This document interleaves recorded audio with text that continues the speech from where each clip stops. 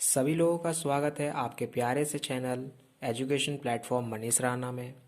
आज हम देख रहे हैं एसबीटी का बहुत ही बेहतरीन सवाल जो कि 8 मार्क्स में पूछा जाता है। The first fourth and the seventh terms of GP are X Y and Z respectively then so that Y square is equal to x into Z. ये आपको प्रूव करके दिखाना है। आपको यहाँ पे फर्स्ट फोर्थ और सेवेंथ टर्म दिया गया है, ठीक है। कैसे निकालते हैं, सबसे पहले ध्यान दें आप इसको। कैसे निकालेंगे हम लोग? सबसे पहले हम लोग लिखेंगे हमें जो पता है हियर। क्या हमें पता है यहाँ पे जो आपका फर्स्ट टर्म है, फोर्थ टर्म है, सेवेंथ टर्म है, किसका है? जीपी का है। तो सबसे पहले आपको लिखना होगा जीपी। जीपी का जनरल स्ट्रक्चर क्या होता है? तो एक जीपी का जनरल स्ट्रक्चर आप देखोगे, एक जीपी जो है इसका जनरल स्ट्रक्चर होता है ए फर्स्ट टर्म, और इसका कॉमन रेशियो हम लोग आर ले लेंगे, ठीक है। तो A R square, A R cube, dot dot dot dot, ये आपका एक जीपी बनेगा nth टर्म तक, ठीक है। इस तरह से एक जीपी बनाया जाता है। ये जनरल फॉर्म है एक जीपी का। कैसा है जनरल फॉर्म? हमने इसमें फर्स्ट टर्म को ए माना है और इसके कॉमन रेशियो, इसमें कॉमन रेशियो आता है जिसको हम लोग आर ले लिए, ठीक है। तो इसमें हम लोग क्या करते हैं? गुना करते हैं कॉमन रेशियो और फर्स्ट टर्म्स को, तीसरे टर्म्स में इसको फिर गुना करते हैं। इसको आप आता होगा ये आप, ठीक है। जनरल फॉर्म है ये जीपी का। अब जब जनरल फॉर्म लिख लिए हम लोग, तो हम लोग को क्या करना है? First term. अब हमारे अकॉर्डिंग टू क्वेश्चन चलना है। अकॉर्डिंग टू क्वेश्चन में देखते हैं हम कि फर्स्ट टर्म आपको दिया गया है। फर्स्ट टर्म यानी ए, फर्स्ट टर्म तो ए होता है, ये फर्स्ट टर्म है आपका। फर्स्ट टर्म आपका ए है, ये दिया हुआ है आपका X. According to question first term आपको ए दिया हुआ है, ये एक्स दिया हुआ है। क्वेश्चन नंबर 1 ले लो आप इसे, ठीक है। अब अगर आप दूसरा देखोगे तो यहाँ पर दिया है and fourth term. Fourth term आपको दिया गया है वाई। फोर्थ टर्म कहने का मतलब, फोर्थ टर्म कहने का मतलब क्या हो गया कि आपको 1 2 3 4 ये दिया हुआ है फोर्थ टर्म, ठीक है। A R cube. आप ज़रा ध्यान से देखिएगा कि जहाँ पे आपको एक टर्म फोर्थ टर्म बोले तो उससे आपको एक पीछे रहना है, ठीक है। आर में आपका पावर एक पीछे रहना चाहिए। 3 को लेंगे हम लोग, जैसे हम लोग यहाँ किए, ठीक है। तो ए आर क्यूब वाई, ये आपका इक्वेशन नंबर 2। एक और दिया गया है आपको एंड एक और दिया गया है। एक और में क्या है? सेवेंथ टर्म दिया गया है। तो सेवेंथ टर्म आपको दिया गया है जेड। सेवेंथ टर्म में आप क्या लिखेंगे?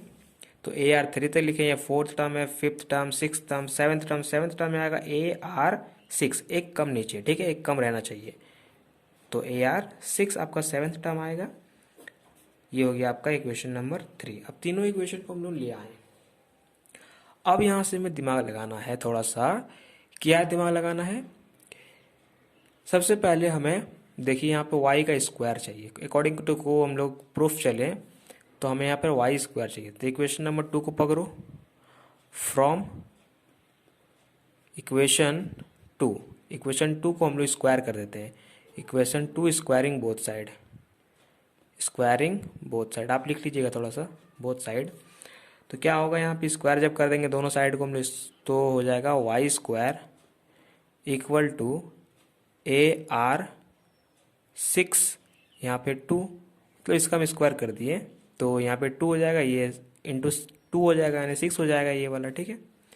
तो ये आ गया आपका, इसको इक्वेशन नंबर 4 ले लेते हैं, ठीक है। इतना समझ जाने के बाद हम लोग का Y square equal to A square R to the power 6 आ चुका है। अब हम लोग क्या करेंगे? यहाँ पे क्या चाहिए हमें? दूसरा था, इधर देखते हैं हम लोग एक्स इंटू जेड, यानी हमें इक्वेशन 3 और 2 को 1 को लेना है, 1 और 3 को लेना है, एक्स और जेड, यानी मल्टीप्लाई करना होगा। तो हम लोग फ्रॉम इक्वेशन 1 एंड 3 लेते हैं, मतलब मल्टीप्लाई करेंगे दोनों को, ठीक है। मल्टीप्लाई करो, आप देखो कितना आता है। तो एक्स जेड मल्टीप्लाई हो गया और इधर ए और into A square into R 6 हो जाएगा, ए स्क्वायर आर 6। ये मल्टीप्लाई करने पर आया 1 और 3 को, ठीक है। तो ये क्वेश्चन नंबर 5 ले लेते हैं इसे हम लोग। हो गया इक्वेशन नंबर 5। अब देखिए इक्वेशन नंबर 4 और 5 को सॉल्व कीजिए आप। फ्रॉम इक्वेशन 4 एंड 5, इक्वेशन 4 और 5 को सॉल्व करेंगे तो ये वाला टर्म देखिए इधर वाला, और यहाँ पे देखिए ये वाला टर्म, दोनों सेम है, इसका मतलब दोनों कट जाएगा और Y square is equal to x into Z आएगा। यही तो आपको प्रूफ करना था। तो इस तरह से हम लोग करते हैं प्रूफ। ठीक है, समझ में आ गया होगा क्या किए हम लोग। सबसे पहले हम लोग जनरल टर्म लिखे जीपी का, उसके बाद जो हमें दिया गया था फर्स्ट टर्म उसे हम लिख लिए, फिर फोर्थ टर्म दिया गया था उसे लिख लिए, फिर हमें सेवन्थ टर्म दिया गया था उसे लिख दिए। उसके बाद हमने क्या किया कि हमें प्रूफ देखा, हमने प्रूफ में था वाई स्क्वायर, इसलिए हमने इक्वेशन 2 को पकड़ा और उसका स्क्वायरिंग कर दिया, इतना आया। ठीक है, उसके बाद हमने जब स्क्वायरिंग करके बाद देखा, जब इसका राइट हैंड साइड हमने देखा तो राइट हैंड साइड में x इंटू जेड है, यानी x इंटू जेड, यानी हमने इक्वेशन 1 और 3 को मल्टीप्लाई कर दिया, मल्टीप्लाई करने पर इतना आया। तो इक्वेशन नंबर जो हम लोग 4 माने थे और इक्वेशन नंबर जो 5 बना हम लोगों का, इसका जो राइट हैंड साइड है दोनों सिमिलर है, इसका मतलब ये दोनों कट जाएगा, इसका मतलब y square is equal to x into Z आएगा। ठीक है, तो यहाँ तक हम लोग समझ चुके हैं इस वीडियो में। ठीक है, ये 6 नंबर का क्वेश्चन था। ये भी एक सिमिलर टाइप का क्वेश्चन है, वो जीपी का था, ये एपी का है, सिमिलर है। ठीक है, इसे भी सॉल्व कर लेते हैं हम लोग। ये भी 8 मार्क्स का क्वेश्चन है, एसबीटी का क्वेश्चन है, जरा ध्यान से सॉल्व करें इसको। बोला if sum of n term of n AP is n/4 2n + 1 then find out the series. आपको सीरीज निकालना है एपी का। अगर आपको sum of the nth term इतना दिया गया है तो कैसे निकालेंगे। सबसे पहले आप लेट कर लो। लेट क्या लेट कर लेते हैं, फर्स्ट टर्म को आप लेट कर लो। फर्स्ट टर्म को लेट करेंगे, ए लेट कर लेते हैं, और इसमें आता है कॉमन डिफरेंस, क्योंकि ये एपी है तो कॉमन डिफरेंस इसका जो है, कॉमन डिफरेंस जो है इसका, उसको हम लोग लेट कर लेते हैं डी। ठीक है, देन एपी क्या आएगा, तब एपी हम लोग लिख सकते हैं। तो अब एपी क्या लिखेंगे हम लोग, एपी लिखेंगे ए, उसके बाद ए प्लस डी, जनरल फॉर्म पता होगा एपी का, ए प्लस 2d, इसी तरह चलता रहेगा, डॉट डॉट डॉट, ये nth टर्म तक चलेगा। ठीक है, अब हमें क्या बोला गया इसमें, अकॉर्डिंग टू क्वेश्चन चले अगर हम लोग, तो अकॉर्डिंग टू क्वेश्चन में कहा गया हमें कि सम ऑफ nth टर्म, माने nth टर्म का सम आपको दिया गया है n/4 2n + 1। ठीक है, ये है आपका दिया गया है, अकॉर्डिंग टू क्वेश्चन है। सबसे पहले कैसे निकालेंगे यहाँ पे हम लोग, सबसे पहले हम लोग S1 पुट करेंगे, हम लोग फर्स्ट टर्म के लिए पुट करेंगे S1 का सम कितना होगा, तो n का वैल्यू 1 आएगा, तो इसको सॉल्व करेंगे, 1 + 1, सॉल्व करो इसको, आप इसको सॉल्व करोगे तो S1 इज इक्वल टू ये आएगा 3/4। जो आपका S1 निकलता है वही आपका फर्स्ट टर्म होता है, इसको आप A1 के, ये A1 के सिमिलर होता है। ठीक है, मतलब A1 ही होगा S1, तो आपको यहाँ से A1 मिल गया। अब आपको क्या चाहिए, कॉमन डिफरेंस, तब आप एक सीरीज लिख सकोगे। कॉमन डिफरेंस कहाँ से आएगा, तो यहीं से आएगा कॉमन डिफरेंस भी। आप S2 पुट कर दो, यहाँ पे S2 पुट करो, S2 पुट करेंगे तो n का वैल्यू 2, नीचे 4, 2 × 2 + 1, यहाँ पे हम लोग पुट किए हैं n इज इक्वल टू 2, और यहाँ पे हम लोग पुट किए n इज इक्वल टू 1। ठीक है, इतना आपको तो समझ में आ रहा होगा।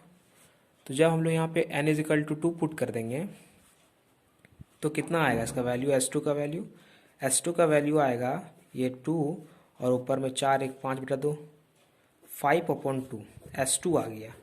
तो S2 A2 के इक्वल नहीं होता है। ठीक है, S2 जो है, सॉरी आपको दिख नहीं रहा होगा, ये देख लीजिए थोड़ा सा, यहाँ पे S2 जो है 5/2 आया। ठीक है, तो ये ऐसा नहीं है कि ये नॉट इक्वल टू होगा A2। ठीक है, ये A2 के इक्वल नहीं है, इसको A2 के इक्वल कैसे लाएंगे हम लोग, तो हम लोग को पता है कि A2 का फॉर्मूला होता है S2 - S1, यहाँ से A2 निकाल सकते हैं आप।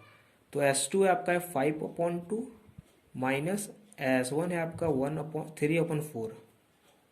ठीक है, इसका मतलब कितना आ गया, ये 5/2, ये 3/4, यानी 7/4, 7/4 आपका आ गया A2। तो यहाँ से आप कॉमन डिफरेंस निकाल लो, D is equal to A2 minus A1 होता है, ये तो पता होगा आपको। तो 7/4 माइनस A1 कितना है 3/4, तो कितना आ गया 1/4 आ गया, डी आ गया। ठीक है, इसका मतलब आप AP का सीरीज लिख सकते हो, तो AP इज इक्वल टू आप लिख सकते हो 3/4, इसमें 1/4 जोड़ दीजिए, कितना आ गया 7/4, फिर कितना आ गया 11/4, फिर कितना आ गया 15/4। तो इस तरह से आप सीरीज को ले जा सकते हो। ठीक है, ये आपका हो गया आंसर, ये आपका आंसर हो गया। तो इस तरह से हम लोग डील करते हैं SBT के क्वेश्चन से। ठीक है, जहाँ पे AP का क्वेश्चन आएगा, GP का क्वेश्चन आएगा। तो ये क्वेश्चन आपका 8 मार्क्स का था, तो 8 मार्क्स आपका कंफर्म हो गया AP से। और GP का इसका पिछला वाला क्वेश्चन, उसमें भी 8 मार्क्स का था। ठीक है, तो एक GP का आता है और एक AP का आता है। ठीक है, इतना आपको कंफर्म होगी, इस तरह क्वेश्चन को आप अच्छे से सॉल्व कर लोगे। धन्यवाद।